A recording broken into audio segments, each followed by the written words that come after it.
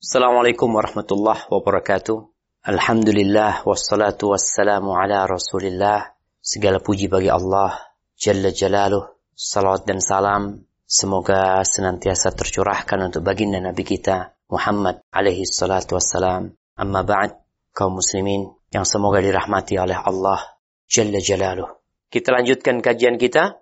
وعن معاذ بن جبل رضي الله عنه قال: كنت ردف النبي صلى الله عليه وسلم على حمار فقال: يا معاذ، هل تدري ما حق الله على عباده وما حق العباد على الله؟ قلت: الله ورسوله أعلم. قال: فإن حق الله على العباد أن يعبده ولا يشركوا به شيئا، وحق العباد على الله ألا يعذب من لا يشرك به شيئا. فقلت: يا رسول الله، أفلا أبشر الناس؟ قال: لا تبشرهم فيتكلوا. متفق عليه. Dari Muadz bin Jabal radhiyallahu anhu, dia berkata, aku pernah dibonceng di belakang Nabi sallallahu alaihi wasallam di atas seekor keledai.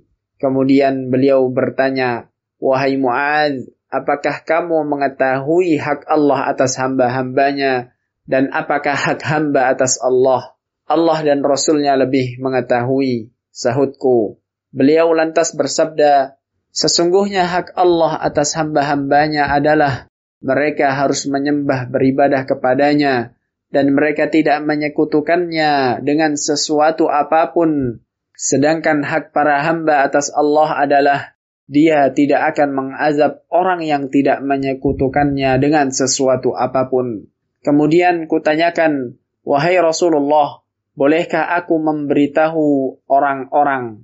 Maka beliau menjawab, jangan kamu beritahu mereka, karena mereka nanti akan berpangku tangan, tidak mau beramal. Muttafaqun alaih. Jamaah rahimakumullah. Kita lihat ya, yang Allah pinta dari kita itu nggak banyak. Apa sih kewajiban kita? Jangan berbuat syirik. Beribadahlah kepada Allah Azza wa Jalla. Laksanakan perintah Allah. Tauhidkan Allah. Kalau kita lihat dari sisi ini keutamaan tauhid. Allah tidak akan mengadab. Namun tatkala tauhid kita bercampur dengan kesyirikan, berapa banyak keyakinan-keyakinan yang tidak memiliki dasar. Orang-orang masih melakukan pemberian sesajen kepada selain Allah Azza wa Jalla. Meminta, memohon kepada orang-orang yang telah mati. Padahal Allah Rabbul Alamin berjanji akan mengabulkan doa-doa dan memudahkan urusan-urusan kita. Maka dalam hadis ini, subhanallah, haknya itu ayya'budu. Kau beribadah kepada Allah saja dan jangan berbuat kesyirikan. Kalau bicara tidak berbuat kesyirikan, di mana kita akan terhindar dari kesyirikan sedangkan kita nggak tahu mana yang syirik dan mana yang bukan. Karena semua dibungkus, kadang-kadang dibungkus dengan warna-warna Islam.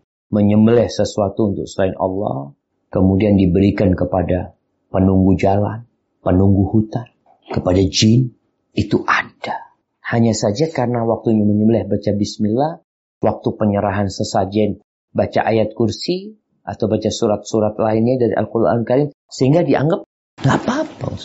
Kalau kita melakukan itu, ya Allah tidak akan mengadab. Allah nggak akan mengadab. Makanya neraka itu Allah sediakan buat orang-orang kafir. U'iddat lil kafirin. Terus Ustaz, tapi kok ada orang-orang beriman yang masuk neraka? Nah, di sini karena kurangnya pengamalan dia dengan tauhid dia. Sehingga masih ada kemaksiatan-kemaksiatan yang dia lakukan. Karena sejatinya keimanan itu memiliki banyak cabang. Ada 70 lebih cabang keimanan. Kekufuran itu juga memiliki cabang-cabang. Ada cabang yang mengeluarkan orang dari Islam. Ada cabang yang tidak membuat dia keluar dari Islam. Tapi hanya membuat dia sebagai pelaku kemaksiatan. Tapi itu tetap cabang-cabang kekafiran dan kesyirikan. Karena yang ada iman dan kekufuran atau kesyirikan. Maka semakin sempurna tauhid hamba, ibadah dia kepada Allah Azza wa Jalla, maka Allah tidak akan mengadab. Tapi ketika ada kekurangan, bisa jadi diampuni sama Allah dengan kekuatan tauhid dia. Dan bisa jadi dia diadab dahulu sebelum masuk ke surga Allah Azza wa Jalla. Kemudian kenapa hadis ini dilarang oleh Nabi SAW untuk disampaikan? Ya memang yang ditakutkan orang-orang itu akhirnya berpangku tangan. Artinya nggak mau bersungguh-sungguh beramal. Santai. Beda ya sama orang yang imannya sudah kuat. Dijamin masuk surga. Bukan dia meninggalkan amal. Malah semangat beramal. Coba antum lihat 10 sahabat yang dijamin masuk surga. Mereka dengar tuh hadis Nabi SAW. Mereka mendapatkan jaminan itu dalam kondisi mereka hidup. Apakah kemudian jaminan tersebut membuat sahabat-sahabat ini malas untuk beramal? Tidak. Tapi kalau kita, kayaknya sebagian orang dari kita tuh akan, kalau sudah dijamin masuk surga, aman udah. Sehingga dia mengikuti nafsunya, syahwatnya, tanpa memperhatikan bahwa semua itu dapat mengantarkan dia kepada azab Allah Azza wa Jalla. Kemudian kenapa Mu'adz kok menyampaikan hadis ini? Ya, seperti yang pernah kita bahas. Karena Mu'adz takut ada hadis yang dia bawa mati, yang belum dia sampaikan kepada umat manusia. Namun kita setelah membaca hadis ini, maka bagi kita penuntut ilmu, jangan sampai hadis ini membuatmu malas beramal. Akhirnya yang ditakutkan sama Nabi SAW terjadi sama kita. Jadi kadang-kala kita melihat orang yang gak tahu dengan hadis ini semangat beramal. Masya Allah di shaf pertama dia baca Quran, zikir terus. Kita tahu dengan hadis ini akhirnya malas untuk di shaf pertama. Baca Quran juga malas. Tenanglah. Insya Allah yang penting tidak melakukan kesyirikan masuk surga. Maka dalam menyampaikan hadis ini, jangan sembarangan. Kita juga harus dapat membaca kondisi orang tersebut. Karena kesian kalau ternyata dia yang awalnya semangat dengar hadis ini, kemudian tidak semangat. Ya udah, nggak usah disampaikan sama dia kalau kiranya berbahaya untuk dia.